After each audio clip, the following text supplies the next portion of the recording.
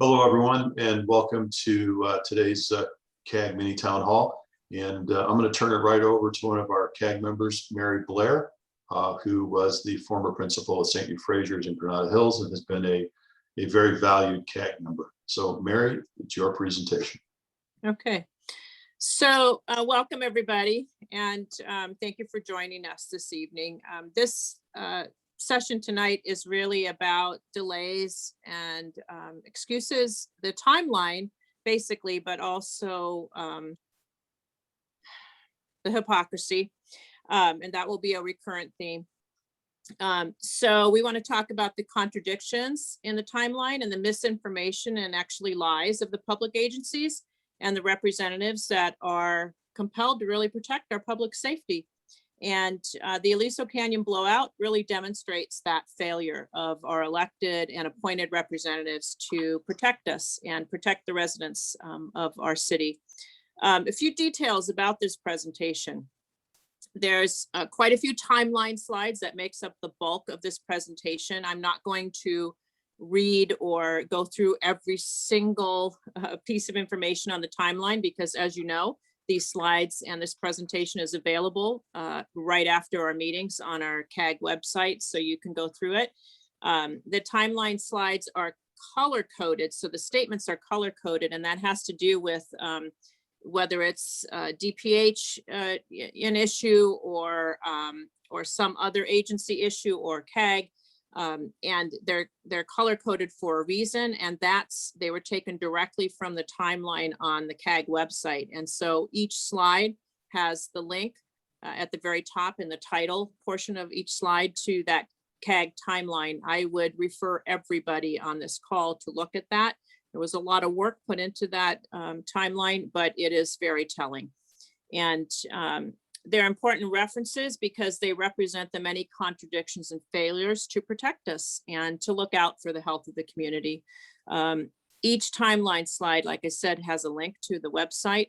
And there's really a pattern of lying and misrepresentation. And it's why we're here and, you know, doing the town halls as CAG. We do not have confidence in the path of the health study today.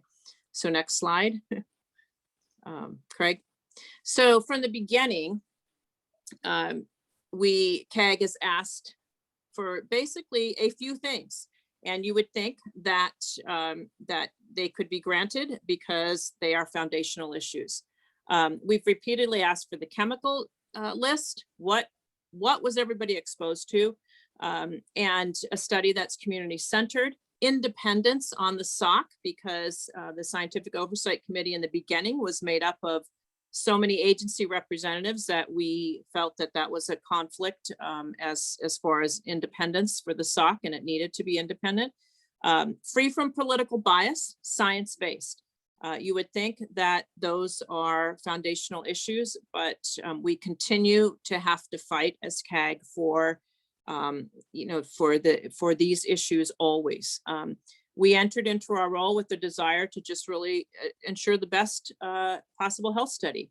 And sadly, as far as CAG is concerned, over 1.5 years later, we're back to where we started, asking and demanding and asking the same questions. So, we asked for transparency and partnership. We were purposely stopped from being part of the discussion, the agendas for community meetings. There's no current minutes of meetings held, yet there were CAG meetings held. We asked for independent members on the SOC, and in the last month, 2 independent voices were removed from the SOC, including Dr. Nardella. And Dr. Nardella is one of the very few members of SOC that has the patient and health centeredness of residents in mind. And that is, tragic as far as all of CAG is concerned. We really have unresolved questions. We continue to receive contradictory answers. Why is a health study on a path to no conference? And why is there a current rubber stamp to really hide the truth? Okay, Craig, next one. This slide, it has been put up for every CAG meeting town hall that we've had. And we just remind you of the delay. This is as of March. And we've asked for this information, and we're still over a year away from getting any of, the answers to our questions. So we continue to remind us of that. Next slide. Okay, so we have reasonable questions, and 118 days of really unabated exposure that we all know from October 3rd, 23rd to February 18th, the largest methane and chemical exposure in US history. There was nothing else like this. 200 times greater in volume than the Deepwater Horizon disaster, which, by the way, had, an NIH study. Unprecedented combination and duration of polytoxins that was spread over a wide area of our residential community. Yes, Porter Ranch was the epicenter, but North Granada Hills, Chatsworth, Northridge, the cloud even extended into Sylmar. So we really want our questions answered. It's an inexcusable timeline now, and the clock is ticking. It's really ticking. And, the word art there represents a few, not even all of the chemicals that we know we were exposed to, and that we need answers to. And so the clock is ticking. Okay, next slide. So the chemical soup. All right, you all know this. We don't claim to be scientists or physicians. I'm a lifetime educator, but I do claim to be a reasonable and educated adult, just like all of you and all members of CAG, and the majority, I would say pretty much all of our community members. All these chemicals are listed as dangerous when there is abnormal exposure to them. You can look up every single one of these, and I put some website references. Some are from NIH, some are from New Jersey Department of Health. They're reputable sites. But the bottom line is this is not all the chemicals that we were exposed to, and every single one of these chemicals on this list would give you great concern for your health and the health of our children and everybody else in the community. So we don't have accurate measures of what we were exposed to. There are no accurate measurements. We're told that there is a chemical list, but no one has seen it. And certainly the members of the Scientific Oversight Committee haven't seen it. So how do we know if we're safe? How do we know if we were safe? We know that we weren't safe for that 118 days of exposure. We know now that we continue not to be safe. And so how can we find out? There's a plethora of information out there, and the dangers of the exposure to these chemicals, breathing in or the ingestion of the chemicals and more, is well documented, research-based, science-driven. Okay, so where's the chemical list? Why can't we know what we were exposed to? Next slide. Okay, this begins the timeline. What I've done is taken, the information from the timelines, and then I've highlighted all of the areas where there is hypocrisy, contradiction on the part of our public agencies and officials. So we know that Castle Bay and Porter Ranch Community School were relocated, but they weren't really informed by DPH about the leak until close to a month later. SoCal Gas notified DPH, of course, about the leak, but it was the residents that informed Castle Bay and Porter Ranch Community School officials. So 1 month after the blowout, those children were exposed to all of this for a month. And not just Castle Bay and Porter Ranch, there were other schools, but they were the closest, as we know. Relocation didn't happen until January 2016, after the holiday break. The children at these schools might have been exposed to that toxic soup for 2 entire months prior to the holiday break. There's ample evidence that respiratory issues, asthma, etc., can be caused by the chemical soup that I referenced earlier. Okay, so the other highlight is that Steve Conley did this flyover. There's lots of images about that, and we know how far that toxic soup and that chemical cloud extended, and we know how long it was there. So there are facts there, there's visual facts, there's visual evidence, and it is hypocritical to state that we weren't exposed in a way that impacted health and safety. Okay, next one. So this talks about the benzene levels. Okay, so we know that a preliminary study by AQMD showed that Port Aransas Estates had a 7 times higher than normal range for the LA area. Now, if you would think back to the former toxic soup slide, benzene is an example of this. There are levels established by the government, by states, by everybody that's concerned about public health of what's normal and what's a normal range. Okay.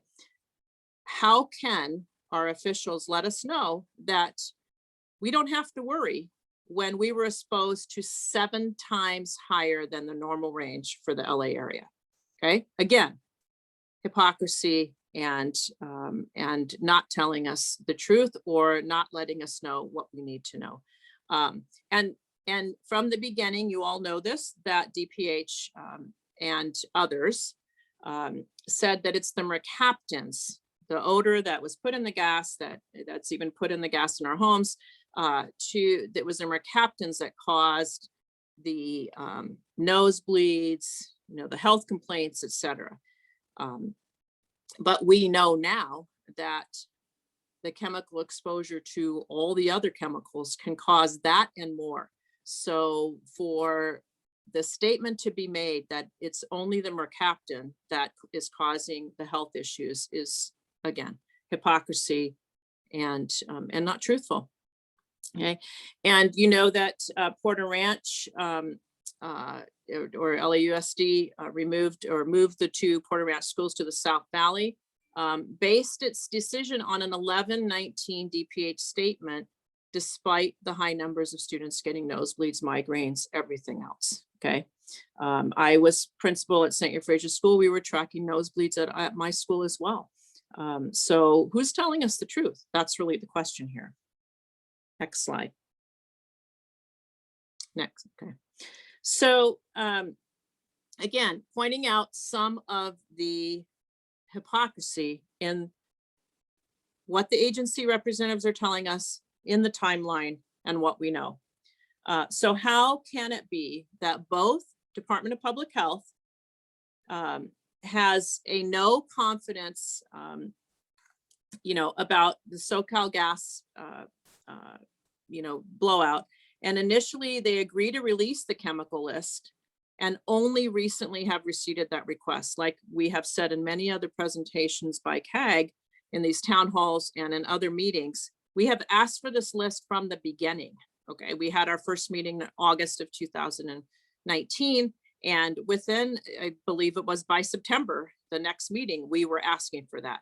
We were formally asking for it at every single CAG meeting. We asked for it to be on the agenda, and we don't really understand why DPH has said, yes, it is important to have that, but no, we can't get it. Okay. And so and the other part of this that we know, and that all the air traffic was banned over the site with a 24/7 firefighter presence. So while the precautions, if we were only exposed to mercaptan and not in measurable doses to affect our health. Next slide. All right, so the infamous Dr. Rangan, okay? Again, despite all the resident complaints, the symptoms people were experiencing and serious ongoing symptoms, DPH insisted, and their representatives, the people in charge, insisted that it was only the mercaptans and there's no risk to your health. How could it be a true statement of facts as we know them?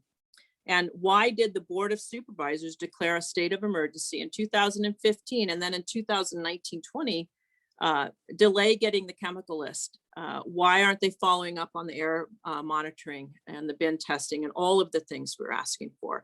So to say that there's no risk to residents and pets is is a hypocritical statement based on previous action DPH has taken and everybody else. Next slide. So in this slide, the highlights are, of course, Senator Barbara Boxer asked for an independent outside agency investigation, which is what we have been asking for from the beginning. And in the beginning of CAG and even subsequent meetings through 2019, the Department of Public Health, some of their officials agreed that that would be a good thing. But now they have a request for proposal that's supposedly going out to the 17 or 18 agencies that are on their approved list. So the independent study, we do not believe it's going to happen. Why can't it be done? Why can't we have an objective health study? Why can't we have a community-driven, patient-centered health study? And why will no one acknowledge that the blowout is unprecedented? No one knows the extent of the exposure because there's very little comparative data for a blowout this size. So even Dr. Rangan admitted that, quote, the issue is more complex than he realized. And we also have this issue of Dr. Rangan letting physicians in the area know that that you can look but don't tell, okay, quote unquote, look but don't tell. Do not order toxicology tests, and this action alone violates DPH's mission statement, to their own missions, to protect the health of the community, and it's interfering with patient rights and patient doctor privilege. Okay, next slide. Okay. So this one, the recap in 2016, and we're not even in 2020 yet. This is only the first year. You know that DPH issued a medical provider fact sheet regarding the Aliso Canyon gas leak to local doctors, saying that there's no permanent health exposure and no recommended toxicological tests. So how do you know that? Whenever you research any of that information about chemical soup, even as a reasonable, educated adult, there's lots of information that indicates that permanent long-term health exposure to these chemicals is serious and a serious risk to people's health. But we don't even know how much we were exposed to, how long you were exposed to it, and when. And again, asking people to, and asking doctors not to do testing to ensure their own patients' safety and health is really unconscionable. So your doctor, I would ask, aren't they supposed to make that decision in partnership with you and your medical needs? And what are the agencies afraid to find out by having people seek this information and having doctors ask the right questions? Dr. Nardella did, and he was basically removed from the, from the SOC because he asked the right questions. Next slide. So again, we're still in 2016, right? We're told, don't worry, okay? The firefighters are told you are perfectly safe. There's no hazards. Natural gas is not toxic. There's no long-term health effects. I think that as a reasonable adult, to even take one of those statements that says natural gas is not toxic is just telling of the hypocrisy and basically the lies, I think, that we're being told. So in the meantime, it's almost a year later, and residents are experiencing, mild, more serious symptoms, rashes, bloody nose, ill pets, unusual cancers start to show up. If you were to, again, look at that toxic soup slide, and you were to Google, almost, I would say at least 2/3 of that list of chemicals talk about long-term exposure can cause unusual cancers to show up. And this is something that Dr. Nardella was worried about. So if there's no reason to worry, as we're being told, then why not have an independent, patient and community-centered health study. Why? Okay, next slide. So in this one, again, we're in 2016 and we're only in March, April, and May. Okay. DPH discovered that barium was part of the heavy metal fingerprint of the blowout site. Okay. Barium was found in 23% of the Porter Ranch homes. Okay. A fourth almost. Is it even reasonable to now pretend that the health and safety of the community were not seriously affected? Barium was in the residents' home. It matched the findings of their own studies. So to say, don't look, don't tell to local doctors, to say, don't worry, it's only the odor part or the mercaptans that you were exposed to, absolutely contradicts their own statements, their own studies, and other studies. So this slide points that out, and to deny that these things were in people's homes is again hypocrisy and deceitful. Okay, next one. Okay, so again, we're now in May, July, in the fall of 2016, and it's almost a year later, and residents are still getting sick. There's more cancers reported, and the issue is only ballooning. It's not lessening. So residents at the hearings, AQMD hearings, say they're still getting sick. We know that we're exposed to other toxic chemicals, and there were notification systems set up, but still the answer did not come. And we find out on November 21st that bromide trichloride was released into the air. So I didn't even, it's hard to look up all the chemicals that keep coming up as what you were exposed to. Next slide. So in 2017, even County Council, LA County Council said that there's a need for the chemical composition list. So why can't the list be part of the public disclosure of SoCal Gas and also the Department of Public Health now? Even County Council asked for the chemical list. I guess I would ask, what is there to hide? And if people do not know what they were exposed to, how can they be treated for medical issues? Okay, each one of those chemical soups, the exposure and how you're treated, there's slightly different medical protocols for it. So it's tying the hands of physicians. It's not health centered. And there's a question of ongoing health issues. And I think all of us in CAG agree that there can be systemic community harm if we do not know what we were exposed to. Next slide. Okay, and we're in 2017 now. Okay, really March, April again, and May and June and into August. And it continues. Look at the leaks and methane spikes that are highlighted. Okay, and wait, but we were only exposed, our health issues were only mercaptan exposure. Okay, so there's methane spikes. Residents reported there's hazmat trucks entering and leaving the Aliso Canyon site. That is very regulated. Those hazmat trucks, they have to have, a documentation of what they're taking off site and where it's going, et cetera, because if it has a hazmat logo on it, and it means that those are dangerous, toxic chemicals. We found out last August, CAG, that there were still bins present from the blowout, and that there were bins taken off site within months after the blowout. So we asked the reasonable question, well, where is the information about what those bins contained? And if you don't want to give it to us, couldn't you give this information to the Scientific Oversight Committee? Because that would be important as they're making decisions about what the health study goals should be.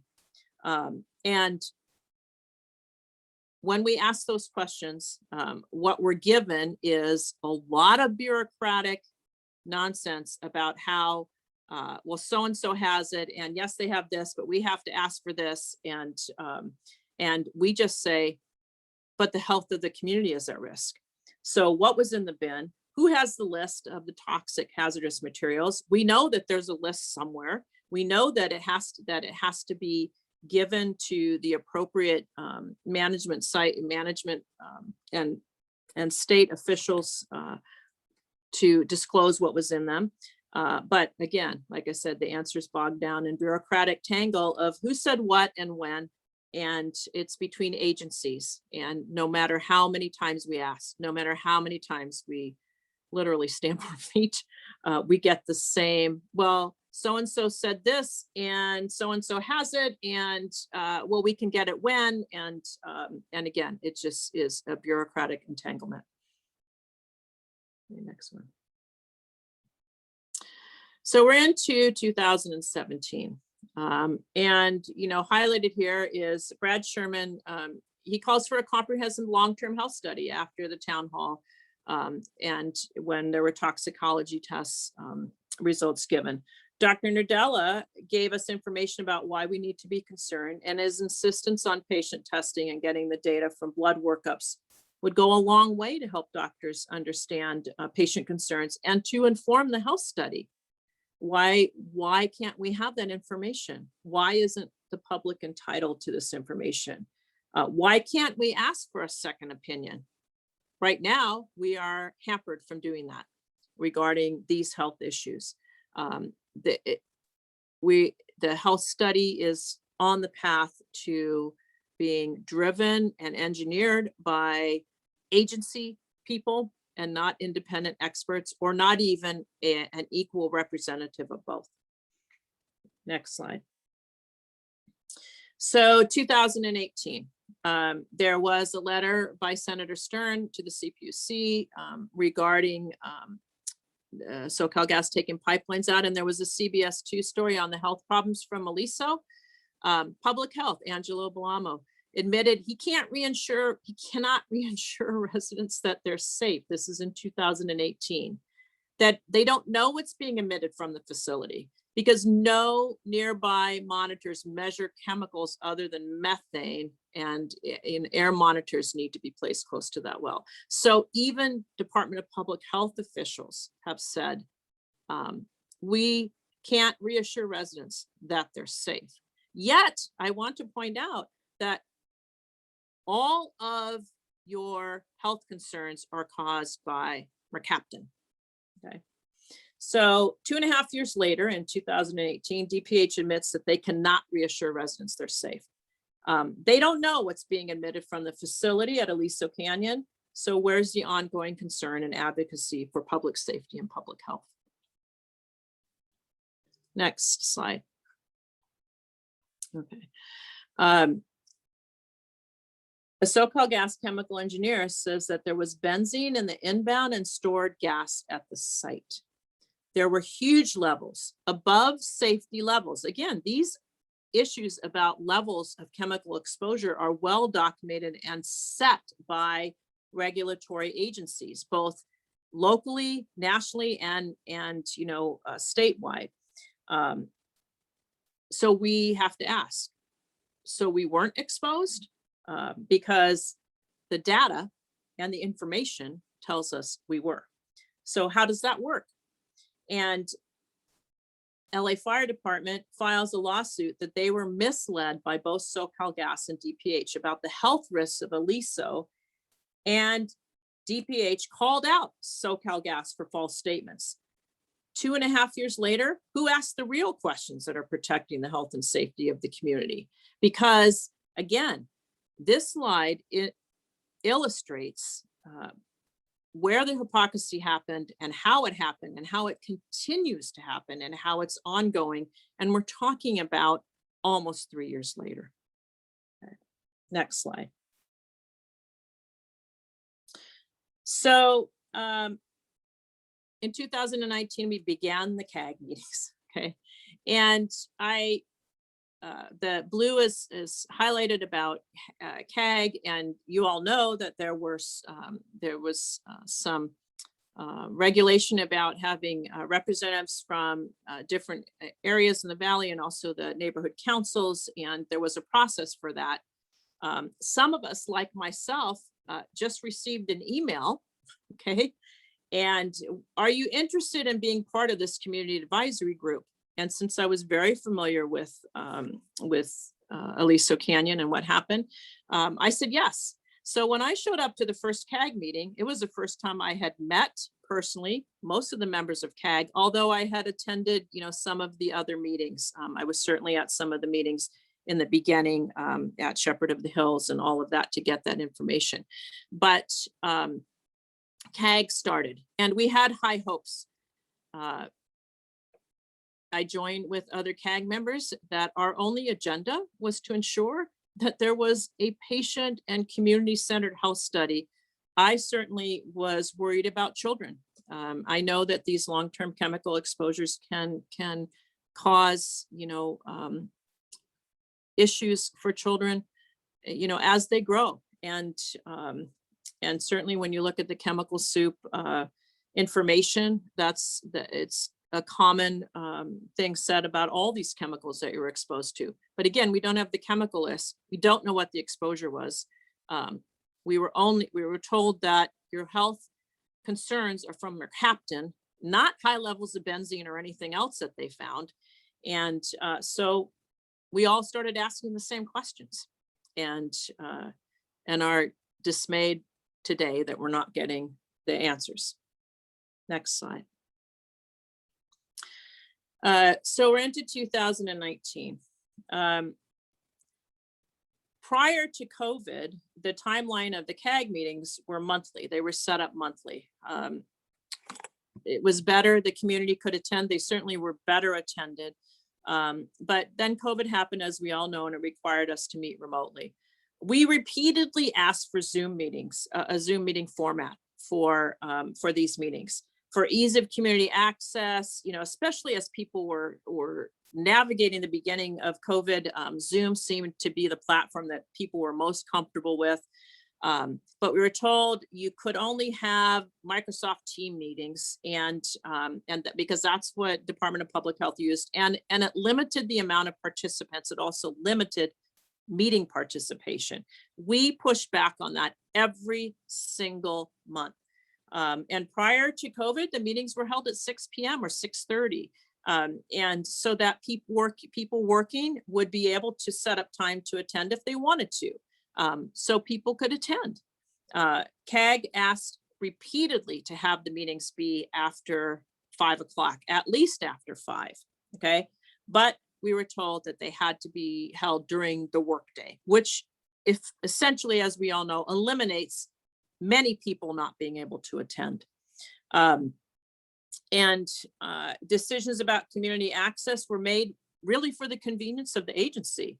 And the bureaucratic protocols, you can't use Zoom because it's not an approved format, et cetera, was quite frankly very frustrating, because an agency like Department of Public Health and others that are supposed to be community centered simply were not. As an educator, I'd say that was a fail. Then at our February meeting, this last February in 2020, we were told that we're meeting quarterly. Completely out of the blue for all of us. We were not given information about that prior to the meeting. And we were all pretty much muted at that meeting, okay? Whereas before we had some semblance of being able to, have an open or give and take exchange at these meetings. That February meeting did not happen that way. And we were told that really our time is not needed anymore due to the, request for the RFP for the health study is being finalized, okay? So now our extreme concerns are no confidence path. The questions we ask, they don't matter. Why aren't we being listened to? And not just CAG, but why isn't the community being listened to? Next slide. So in 2020 now, the community really continues to suffer. There is an extreme health urgency. There's increased cancers. There's questions about the chemical list. Legal demands need to be made for it. Most of the North San Fernando Valley, neighborhood councils, we supported the petition. One of the things that CAG, we worked hard to get to try and push, okay, DPH, if you're not going to push the issue about getting the chemical list, then let us help you. And so people signed the petition on the website. Most of the North neighborhood councils got behind it. They said, of course, it's foundational. How can you have a health study when you don't know what you were exposed to and at what levels? And most of the NCs have now taken a vote of no confidence in the path of the health study. We're frankly waiting for the Porter Ranch Neighborhood Council to do the same. Next slide. This slide we put up at every meeting, okay? All the things we've asked for and that we think are critically important continue to be delayed. The air monitoring, it's 28 months now, so well over 2 years. The chemical exposure list, well over a year. The blood study, complete blood study, well over almost 2 years now, a year and a half. Fugitive emissions, same thing. So, and financial reporting, I want to address that. We probably haven't addressed that so much in other CAG meetings. We as CAG asked for an accounting of how this money is being spent, especially related to CAG meetings and all the Department of Public Health staff that has been put in play, extra staff, new hires to help with, the scientific oversight committee and all of that. Well, the community is entitled to know how their money is being spent. Well, we have not gotten that information. That's just a flat out no. So we continue to let you know what we're asking about and what we're continuing to push. But I wish I could tell you that we had answers. We don't. So next slide. So again, the health study. This has not changed. We have 9 of us on CAG that have said, no, we do not support the path that the health study is on. 1 that, 1 and 1 that are abstained and yes, and 2 that are still are really not very present at our meetings. So they haven't given us much information about their answers, but the majority of us, we just want the questions answered.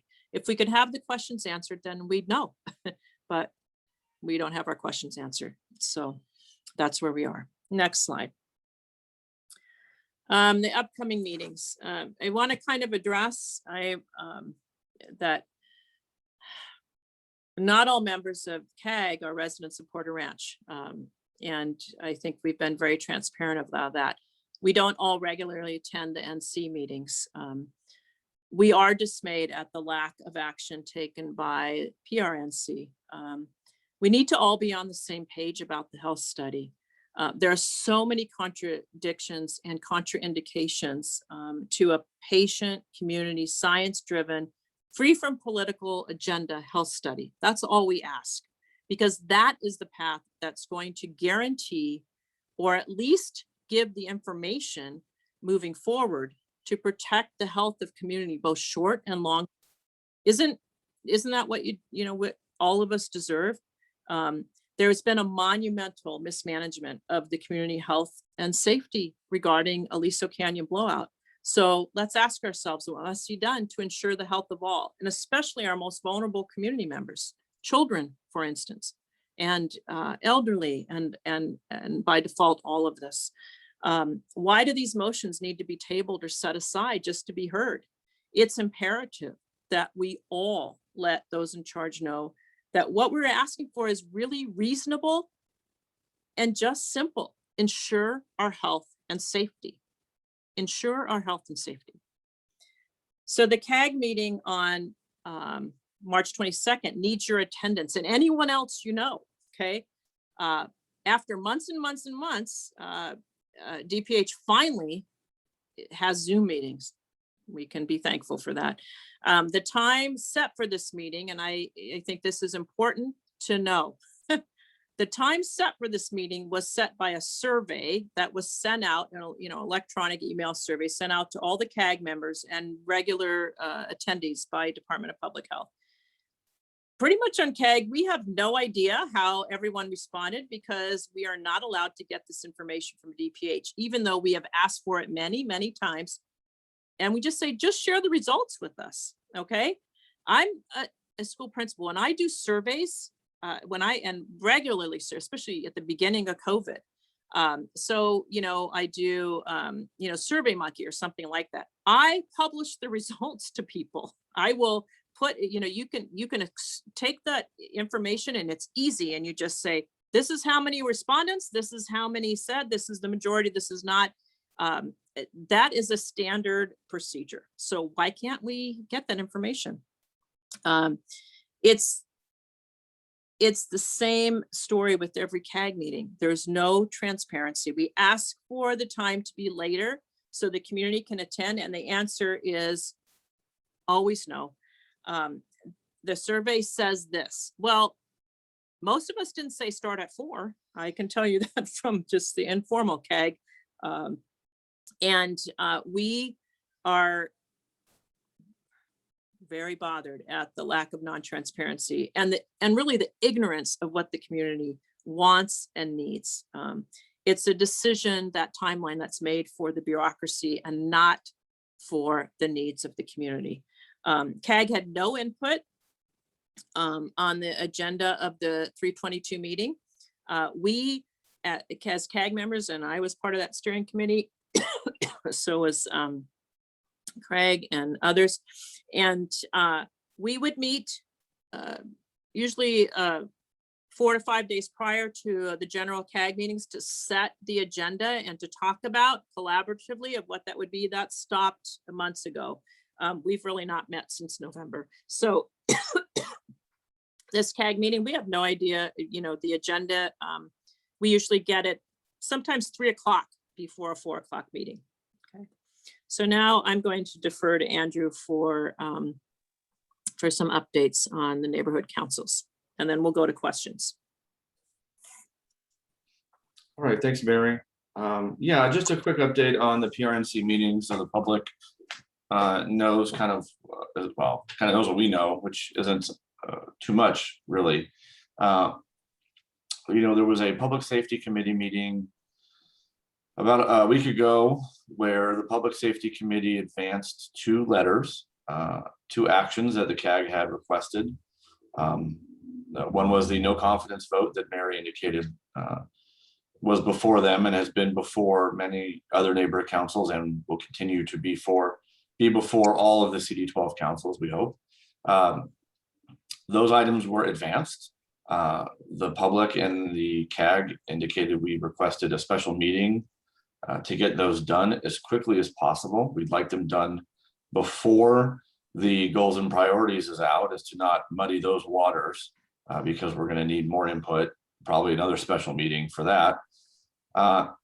And it is my understanding that the agenda had been set for a meeting today, as you saw, which was supposed to be at 6:15, agenda set, meeting set, quorum achieved.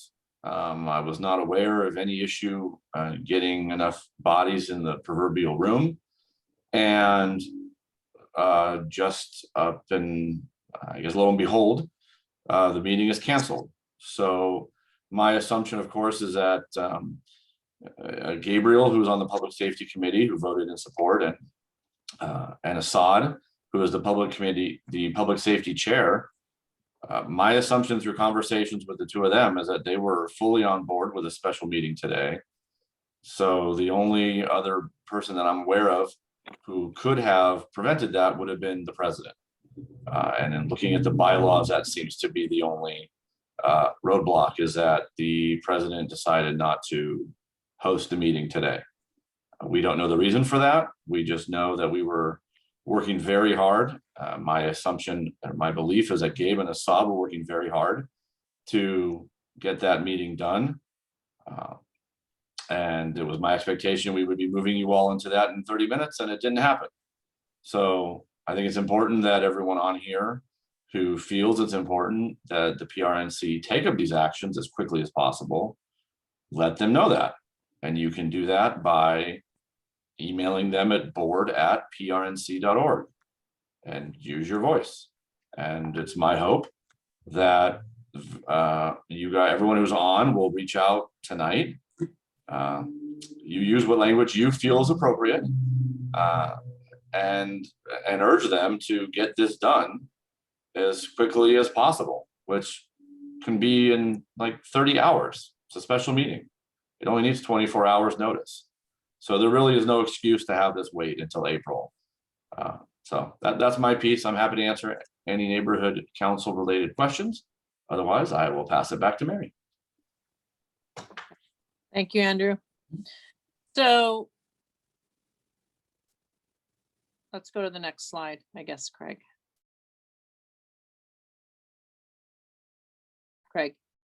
We'll finish up with questions and answers. The next slide, I think, has Q&A, and then we always end our presentations with who you can contact and who you need to, and we ask that you CC us at members at alisohealthstudycag.org, which is the website that has the timeline and all the information that I referenced, with the exception of some of the information on these slides, but that will be put up on the website ASAP. We believe in transparency, unlike some of the agencies we're working with, and we believe in a patient-centered, community-centered health study that's free of political agendas and science-driven. I think that's a very simple concept, actually, and very reasonable. And I, for one, as part of CAG, am, I would say, angry that that isn't the agenda of our representatives who are charged with our safety and health. So, questions?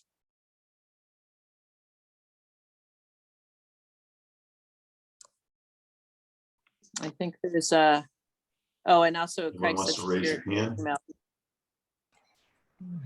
let's see. How do I do this? I apologize, I'm a little bit behind here. Where's my, if anybody's got your hand up, just go ahead and unmute yourself and go ahead. Yeah. Carrie does.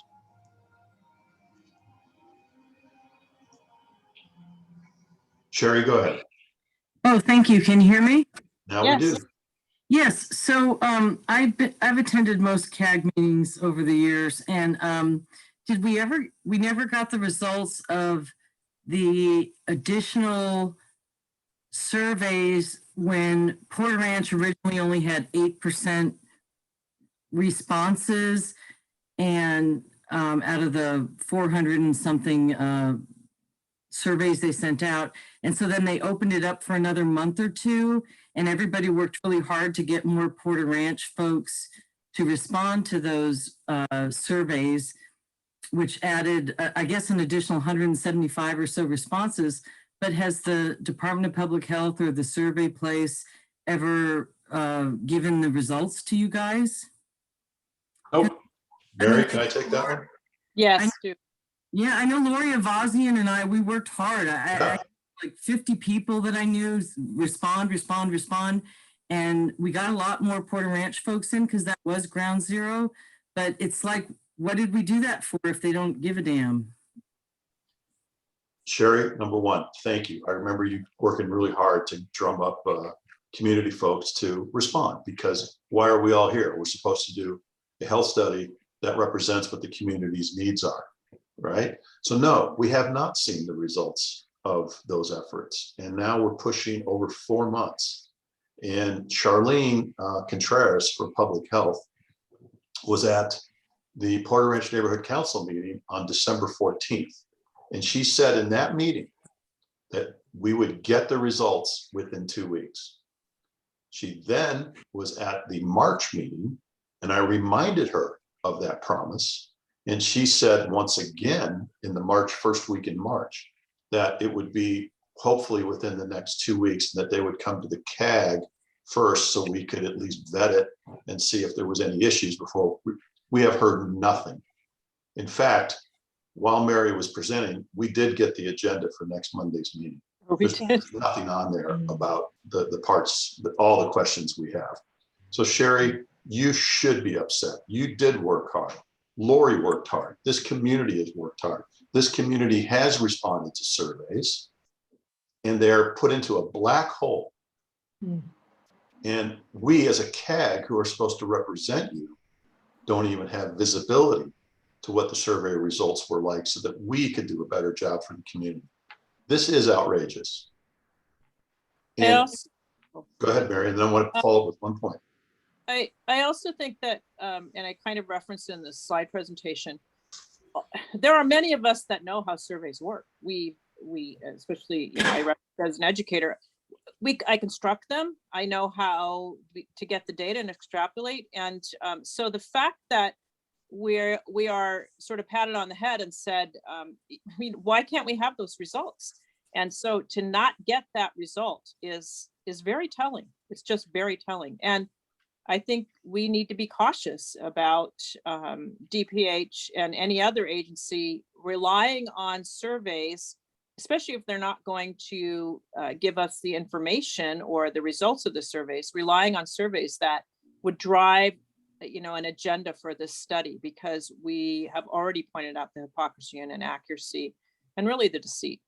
So I want to amplify it. Go ahead, Sherry, then I want to make one more point. Go ahead. This point, they have never emailed anybody who's a community member asking when to have a CAG meeting. That's that's crap. I've attended every CAG meeting except one, and I've never received an email. And those, well, I know the people at DPH have changed hands over the 2 years, but I go to every CAG meeting and they've never asked any stakeholders or community members what time to have the meetings. I have to leave work early to attend those stupid 4 o'clock meetings. I mean, they want to have no attendance. That town hall with 32 people last September was a joke. I'm just Agreed. You know, as Andrew would say, if you don't want community to attend, hold the meeting during the middle of the day at 4 o'clock. What a great strategy. I don't know anybody on the CAG that said we want the meeting at 4 o'clock. Yet they did a survey, and I want to illustrate something as benign as a start time for a meeting via a survey. We have no visibility, no transparency to who came up with why it's at 4 o'clock. That's just the start of a meeting. That's fairly benign. But now let's put it into something that has some real consequences. They've already told us, DPH has already told us that they are going to seek input from the community on the study's goals and priorities via what? A survey. A survey. So that they can take the survey and say, thank you very much. We had X number of people from the community who responded. We have modified this to fit what we think is best. And we never will see what the community has said or wants. That is not transparency. That is not community centric. And that is not what this community will wait 6 years for. And we should be outraged. That was a long answer to your very innocent question, Sherry. But do you disagree? Like me make you a salad because I had my dinner already. Okay. But I can make you a. We'll move on to Julie, then Brian, and then Pat. Julie? You have to unmute. You're still muted, Julie. Now, There you okay, good. I was very, very disappointed that the Porter Ranch Neighborhood Council did not have the meeting this evening. And I wanted to ask, I know Andrew and Sherry, you were both on the Porter Ranch Neighborhood Council. Can't a board member bring up a motion to be voted on? I mean, why did this not happen? Did it not go through that process? So I'll take that one quickly. In this case, you know, NCs, so there's twofold. Can anyone bring up a motion? The answer is yes. So anyone can supply a motion for consideration of inclusion on the agenda. That's a yes. I think going a step further, maybe the question might be, can anyone request a special meeting? And in the case of Porter Ranch Neighborhood Council, the answer is no. Either the president has to bring it on, or the majority of the board has to make the request. Okay, those are the only two avenues. Now, Mhm. I don't know if that's how they've run the council, but that's what the bylaws indicate. So could not a majority on the board force the issue then? Just the board president can say yes or no? So yes, the majority of the board could, if, and this is the tricky part, because the majority of the board can't get together and have a meeting to talk about having a meeting, because that would be a violation. But yes, 6 members of the board could email the board president and say, we want this special meeting. And then at that point, it will happen per the bylaws. Brian, you want to nod your head up and down or side to side? If 6 board members send an email, the meeting will happen. It's in the bylaws. According to their bylaws, that's correct. Okay, is there not 6 members that would be willing to do that? I believe there is. Okay, so what is the next step then? Well, we could provide the 6 emails of, let me think the best way to do this. I could provide to who I think would be in support of this. That doesn't mean I'm 100% correct, but it's who I believe will be in support. And you could indicate in an email to the entire board using board@prnc.org that it's your belief that these members all support this meeting. And if you do, you are requesting they speak up and ask for the meeting. And Who are the members from Porter Ranch Neighborhood Council that are on CAG? Miran Mhm, is a board member for PRNC who is a CAG member. correct. Craig is a non-PRNC board member Yeah. who is one of their elected representatives. Okay. All right, so can Ron be the points person? He's not on tonight, is he? I don't see his name. He is not. I will put in the chat who I believe the 6 members are who would support a special meeting right away. And that way you can copy those names down and for an email. And you can always find everyone's individual email addresses at prnc.org. You can just do an email to all of them or each individually, whatever you choose. So So, I will put that down in the chat here in just a moment. okay, and wouldn't it be better to have it come from CAG? You don't want to be identified as doing that? I don't quite understand. Well, that's a bit tricky, if you will. It would be fine if it came from the CAG, but Miran, per their bylaws, Miran as their CAG rep alone does not have the authority to call the meeting. He is one of their 10 seated board members. So you still need 5 other members to join him. Okay. Let me weigh in real quick. Sure. The CAG has already asked for this meeting. We've already pushed this. We haven't pushed it really hard. In other words, we haven't upset anybody, but we have asked for this to happen. They're aware of that. The best approach at this time is to have as many stakeholders, people that are not on the board, that can weigh in by sending an email to the board. If it goes to the board at PRNC, it goes to every board member. And what you're doing is you're asking the board as a whole to agendize this issue in a special meeting. And I think if you get a large volume of people to request that, it's going to be very hard for any NC, much less PRNC, to refuse that, because that's the voice of the community that they're supposed to be working with, and they're supposed to be responsible too. So I think that's the best way to do it, and not to address it to any given individual. One thing you don't want to have happen is you don't want the board members themselves to go out into emailing each other and having each other discuss the issue of should we or shouldn't we have a board meeting and why. That you don't want to have happen, because that could create a serial meeting. You don't want to do that.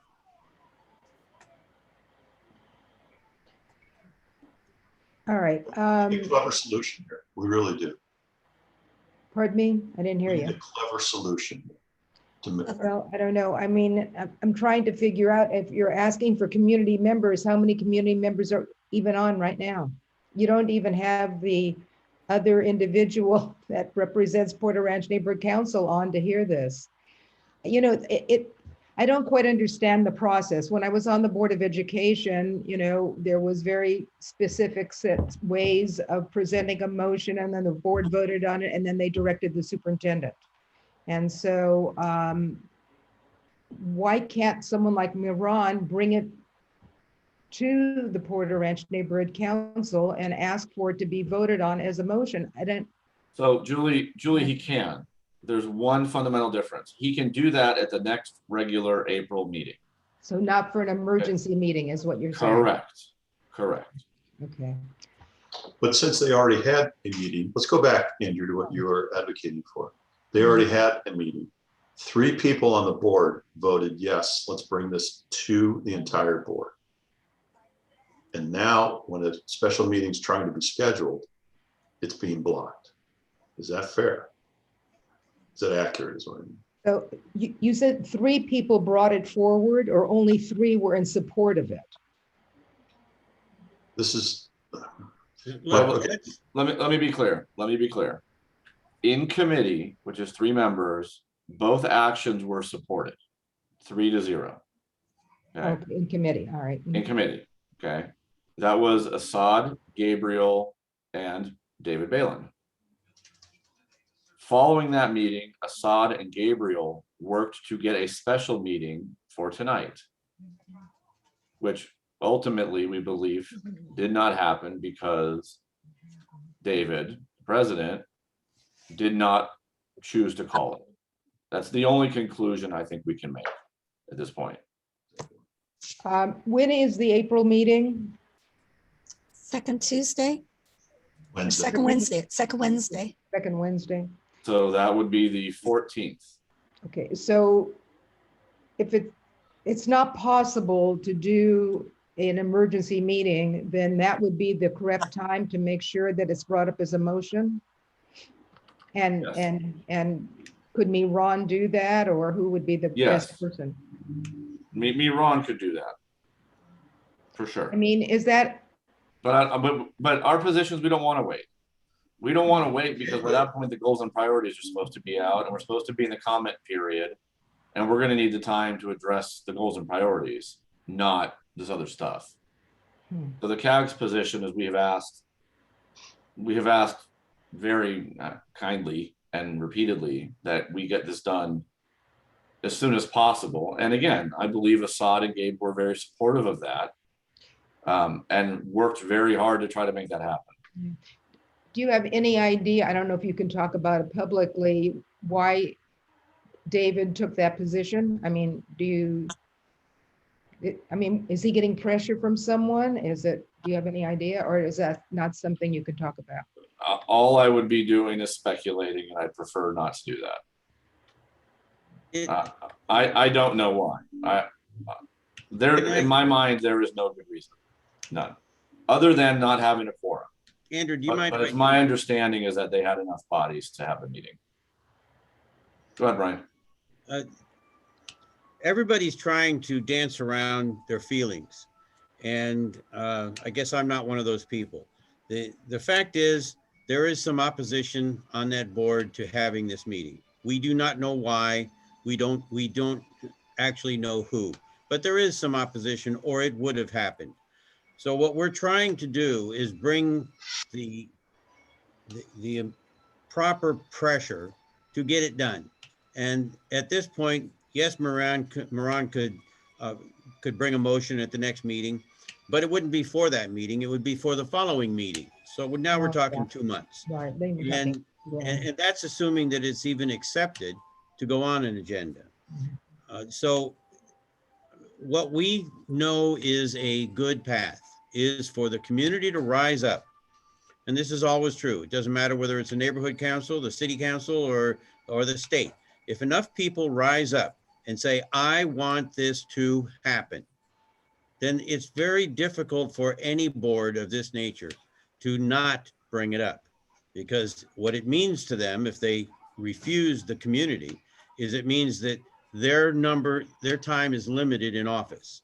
So the right way to do this is for the community to rise up and say, I want you to do this or that. And this meeting here, even though people are not here today, it is available. It will be available on our website to review, and we should move on in that direction and bring people to our website to review this, to see this, to understand. This is the 6th meeting. And while I have the floor at the moment, I'm going to take my opportunity. I wanted to say this while Hope Chrisman was here, because she was from the CPUC, Mhm. one of the agencies that we would like to have more communication with. And it should be noted, everyone should understand that this is the 6th meeting we've had like this. And there has not been one member other than Hope that I can remember, and there may have been one other somewhere, that has attended these mini town halls. But the worst of all, the most telling of all, is there has never been a person from DPH. No one from DPH has ever attended one of these meetings, and it is unfathomable that they wouldn't have at least an interest in hearing what's going on if they were serious about doing a health study. So I'll leave it there. Yeah, Sherry, if you would just, I saw you put it in the chat, forgot about it. Thursday is the meeting. And is that a time to bring it up or discuss it or whatever? Is the Safety and Traffic Committee? Yeah, I think it's a good question. Those that know the NC system best. You will have public comment. It's a non-agenda item. So Yeah. you can absolutely speak on this during the public comment section of that meeting. Exactly. Will you all be on that meeting? Yeah, Hopefully. we should. If we're requested to, and we have the time, yes. I think it would be a good idea. Maybe that's and Sherry, I'm happy that you reminded us because I'd forgotten about it. Maybe that's the avenue to start the discussion. Sure. Look, at the end of the day, the more stakeholders that get on and make their voices heard, as Brian indicated, that is really important. If the CAG comes on and at the end of the day, I can take off my CAG hat and say I'm a stakeholder because I am. But we'll be viewed however the board member chooses to view us, whether we're just trying to advance our own thing or whatever preconception they may have about us. But stakeholders are stakeholders. And when I served on the council, I acted on behalf of who was in front of me, who was telling me how they felt and what they needed to get done. I can't theorize over the people who don't show up. So I always felt like if the public came out and voiced a unified position, we were supposed to take up that issue. So I always advocate, as Brian did, for stakeholders to come out and make your voices heard. Okay. So the more people, the better at Thursday's meeting to make a quick comment. So, Is that the action item? yeah, Michelle. All right. Now I want to bring up that the CAG sent an email to DPH last week and we told them we don't feel the February 3rd meeting was a CAG meeting, but really a DPH meeting because we did not have full access to the meeting. And I'm looking at the agenda that Christina just sent us that Craig mentioned. We're not even mentioned till 5:30. That's 90 minutes in that we'll have the opportunity to pose questions of the health study team. So if this is supposed to be a CAG meeting, this is all backwards. We should probably make sure to indicate that. The agenda is insulting as usual. Yes, it is insulting, just as usual. February 3rd was. Okay. And you guys good? And I think, like any meeting, you have new business, old business. So our old business is the same every single meeting. Chemical list, the SOC updates. I went through them all in this presentation today. And they're just ignored. They're frankly, and that ignoring of these, priority agenda items that we think are important has become much more apparent over the last 5 to 6 months. Absolutely more apparent. So most of us feel that we are basically ignored and asked to rubber stamp something that we can't get our questions answered. And, frankly, that makes me, me personally, very angry. I think it's marginalizing adult participation and treating us like children, if you will. Allow me, please, to point out something. This is supposed to be a CAG meeting. The agenda that you're looking at right now, if you look at the third box down, is health study goals and priorities and discussion. If it's a CAG meeting, why is the only people that are affiliated with this particular agenda item facilitator and public health? Where does it say CAG? Mhm. Where is the CAG invited to communicate at all or discuss at all on this issue? And that is just typical of their disdain of the CAG and their desire to ensure that the CAG has no part in this whatsoever. Amplified by 15 minutes of Q&A from the CAG. And also, and I pointed this out in the presentation, remember that DPH agreed to 4 or 5 of us on CAG to be a steering committee to set the agendas for these meetings, to collaborate and to have equal participation in setting the agendas for these community meetings. So this agenda was sent out. None of us on the steering committee, myself included, have been contacted about let's set the agenda. Let's meet on Friday at 1 like we usually do. None of that, and that hasn't happened for several months now. So that was announced by Dr. Davis in February's meeting, Mary, that the steering committee, our presence on the steering committee was disbanded. We were removed unilaterally. Right. And we have to ask the question about, we are reasonable people on the steering committee and we're respectful, but we are very concerned when our questions aren't answered. So we were dismissed in a way that I consider to be very unprofessional and not community-centered at all. There's been times when we've asked for information. We've asked to see the video that supposedly was supposed to represent the community. We were so, oh, not yet, not yet. And we're going, can't we just see what is so we can make suggestions? Same thing with the survey. We want to see the survey, get the presentation ahead of the CAG meeting so we can let them know what the problems we see. And that didn't happen. No, we were, oh no, you're not going to be able to see it to the meeting. And of course there were problems. And when we brought it up, when the community brought up the flaws, we were told we were being disrespectful to this Adam. We were being disrespectful to DPH, and yet it's a survey about us. So how are we being disrespectful? And this is a continued pattern of behavior with them. That's the key point. There's a pattern and practice that has gone from cordially listening to us, patting us on the head, and then moving on to the next topic and never resolving anything. They have moved to being overt and aggressive. And I want to point out to all the stakeholders here tonight, look at what I highlighted here in the public comment. You've got 15 minutes and you got 90 seconds and the meeting's going to end on time. Right. So if there's 100 people that have questions, they're going to say, sorry, time's up.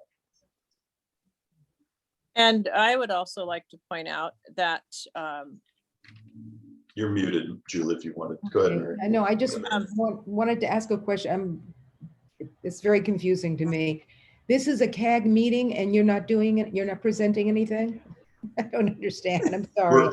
We're being told how this is going to move forward. Right. And we got 15 minutes to ask questions, and they put a qualifier in there that Oh, they I might see. not be able to answer the questions during the meeting. Right. And we'll be muted. We'll be muted just like February 3rd. Can't interrupt. Can't say, wait a minute, that doesn't make sense. That's not what you said last time. Didn't they And, send you you a know- letter, something I'm so sorry. about, Hang on one second. I'm sorry, didn't they send you a letter asking you what you were interested in doing? I remember something in one of the meetings. We've been Didn't, saying it for 18 months. Right. And, you know, the other part of this is, as CAG members and people that have been involved in this committee for well over a year and a half, if you were to ask me, who are the members of the health study team? I could maybe think of one or two, but we've never really been told who that is. So it's, as a community advisory group, wouldn't that be a question that we should know or at least be told? Not that we would have input on it, but we don't even know who these people are. Okay, so they're going to be talking to us. They asked for our opinion, representation about the goals and priorities for the health study, but it's done now. And we didn't have our questions answers. We have so many areas to point out the hypocrisy and the lies and really the deceitfulness that is present and what. So now it moves forward. We should be screaming, people. We should be screaming. I agree. I'd like to ask the few members who are still on. I know we're pushing 6:20.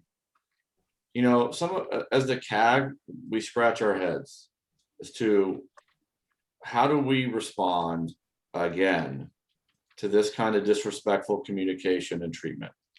What the community members who are on, what do you think we should do at Monday's meeting?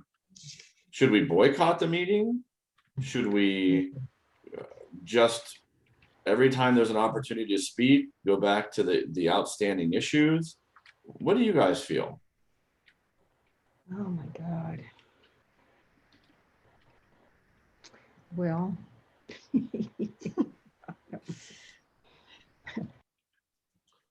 I Go have ahead, Sherry. Then I we'll come have back to you, Julie. absolutely no advice. Craig, you know, I came to your pre-CAG meeting that one time at Granada Hills. Mhm. Pissed me out and I spoke anyway.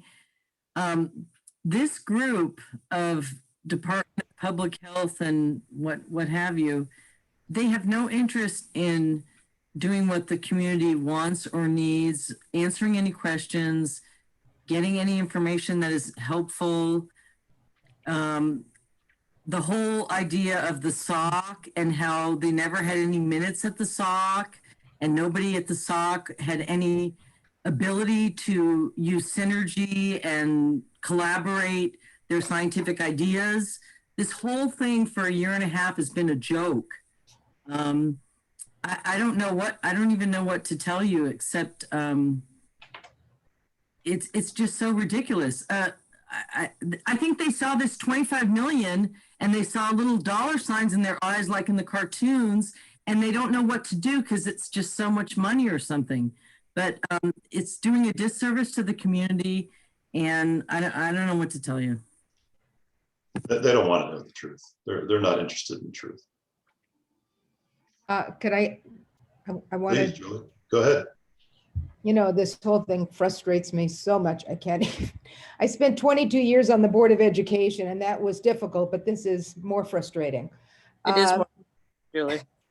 It but- is. Anyway, maybe one of you from the CAG, when the questions begin for your portion of it, to be very blunt and to the point and ask them, what is the CAG supposed to do? What was the purpose of the CAG? I mean, just blunt, come up with that and just see what garbage they come back with. Well, we know the answer to that actually. We just didn't accept it. they wanted us literally to be, to take their message back to the groups that we were affiliated with. Right.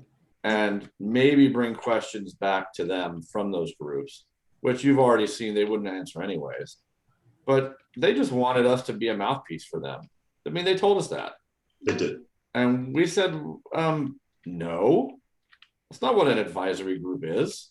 We're going to hold you accountable and work to provide the people we represent with a health study befitting this disaster, which, as you can all see, is not what we're getting. Andrew, that's what you have to say on Monday, just what you just told us now. I'll try to remember. Well, as Star Wars, in paraphrase a Star Wars term, we are not the CAG they were looking for.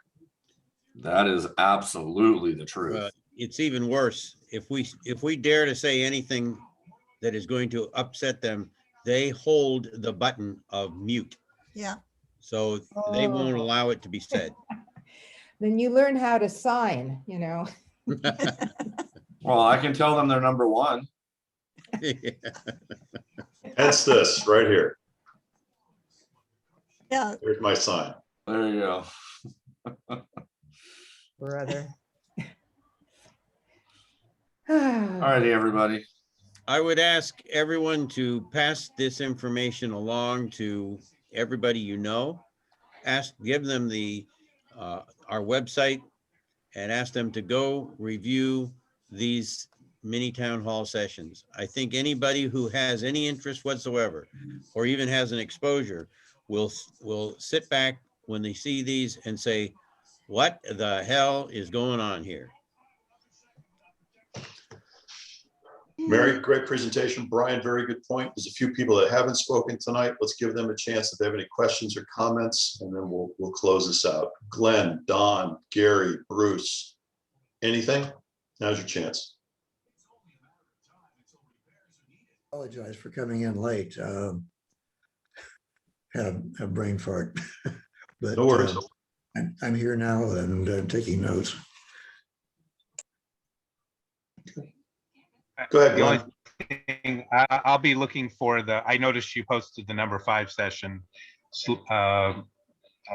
PowerPoint. So there was a lot of text on this one. So I look forward to your posting on the website so I can see that text in more detail, because it went, I was listening. And so I guess that's it. I had one specific comment, but I don't remember what it is. So I'll pass. Well, Glenn, I'm going to be very direct. We'd like to see Northridge East take a vote of no confidence.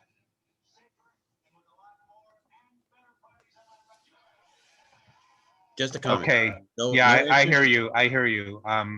We've had a transition between Mike Kaiser to Don doing it. So I think that's really an unfair position to put us in under the circumstances.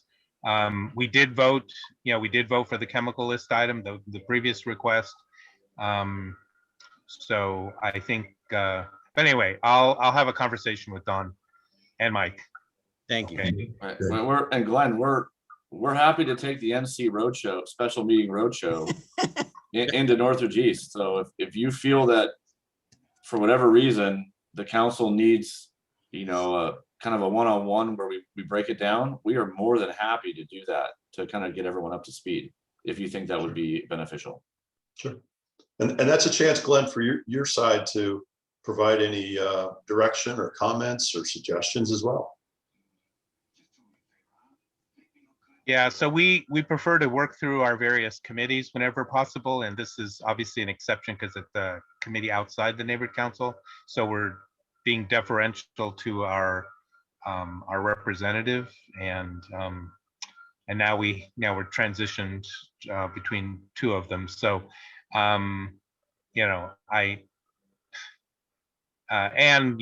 have long agendas. So let's Don, if you and I and Mike could maybe have a conference call and we can discuss this further. Thank you. Yeah, sorry, Don, wasn't trying to end around you at all, sir. However you guys want to handle your business, we defer to you. Bruce or Gary, and then we're going to wrap it up. My comment is mahalo to Mary for an excellent presentation, to the rest of you for carrying on. I am not sure the issue with the Porter Ranch, but I will say my son's on the neighborhood council and I'll be happy to speak to him if there's an issue that I can assist. We all agree that we're waiting for the goals and priorities to come out, and we'll see if they match what we want. You correctly reiterated what we want to see. Will we see it or not? I don't know. Thank you. Thanks, Bruce. Okay. I want to thank everyone. Great job, Gary. Mary. Thank you so much. Was that Gary Gary here. that was saying something? Go ahead, Gary. Yes. I'm not sure if you've done this. Have you had Lank and Bank take a position on this? Ryan? Ryan? You know, we're trying to get to Vank, and it's been difficult. It's been brought up a couple times, but we haven't had much success, and the meetings go long, as you know, Gary. So we're going to keep the pressure a little bit.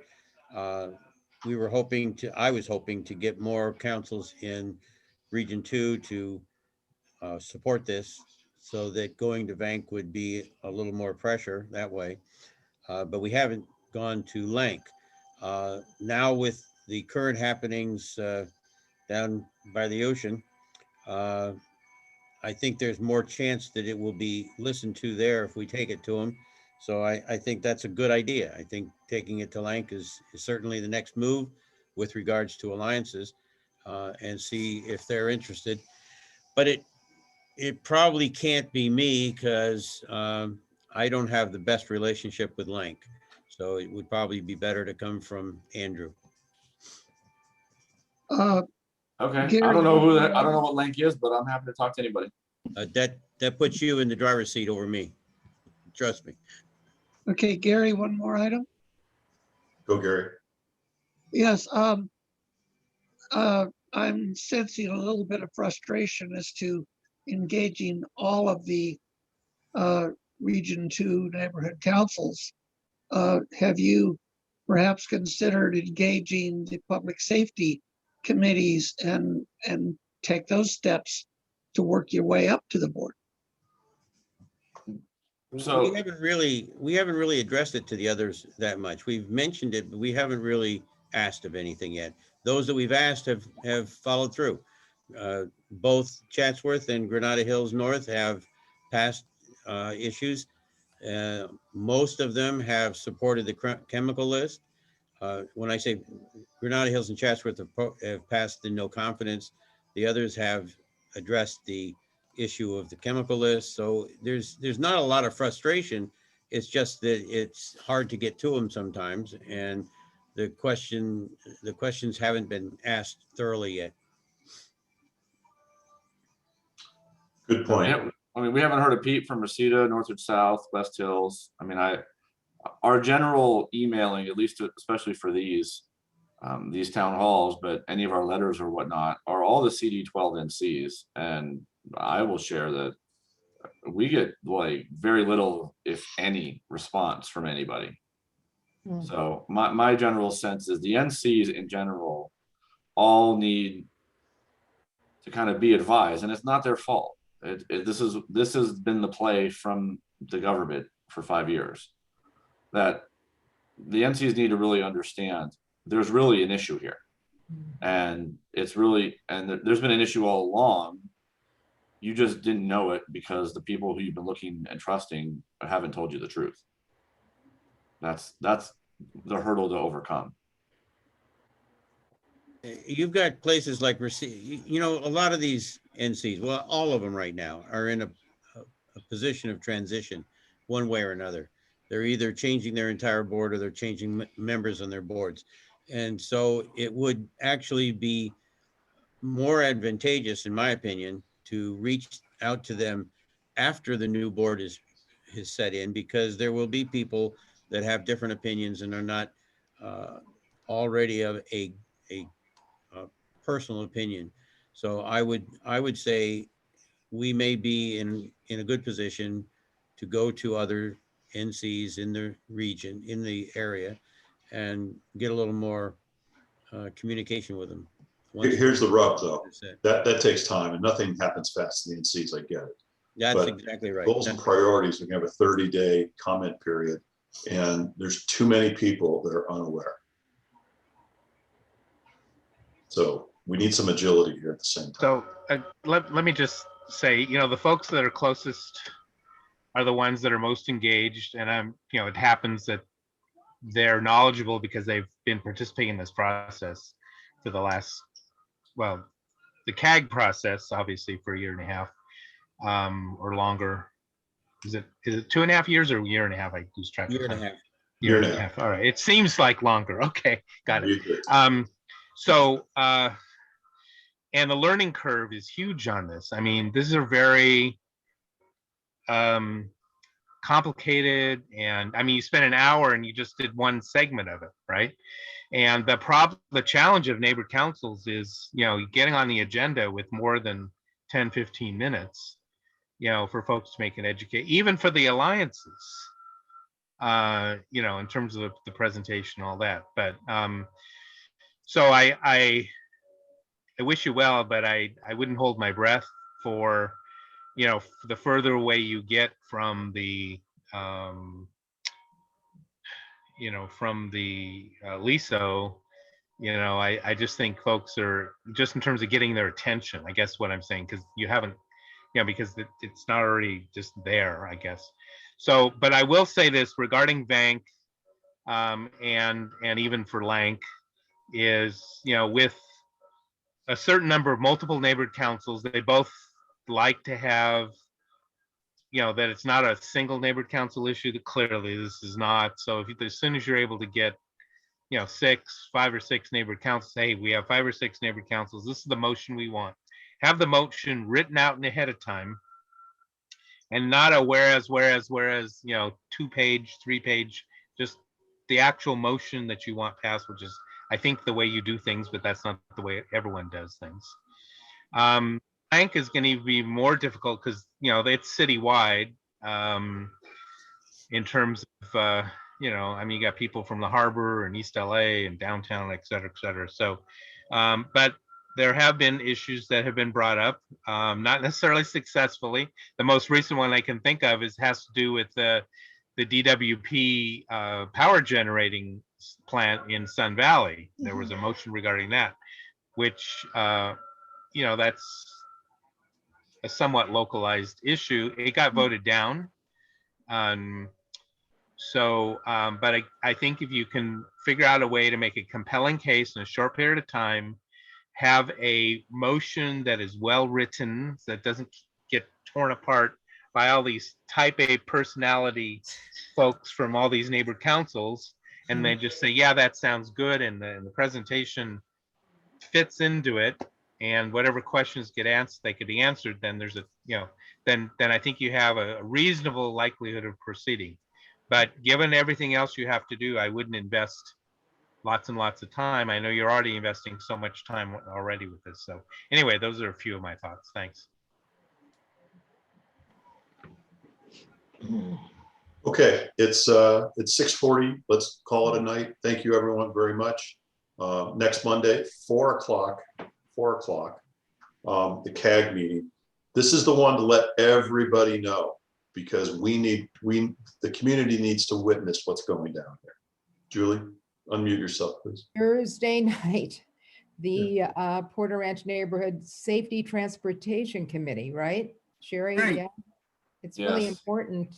You're right.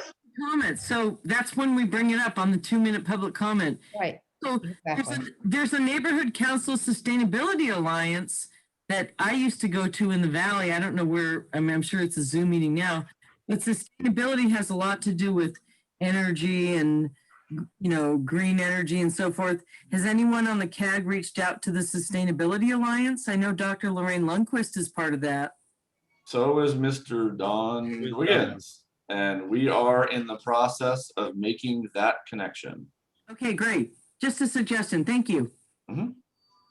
Go ahead, Todd, if you want to say something really quick, and then we're going to go. No, I just wanted to be ready in case they mentioned Lorraine. I know I have nothing to say. Okay, all right. Great, very good. We are done. Thank you so much. I'm going to stop recording.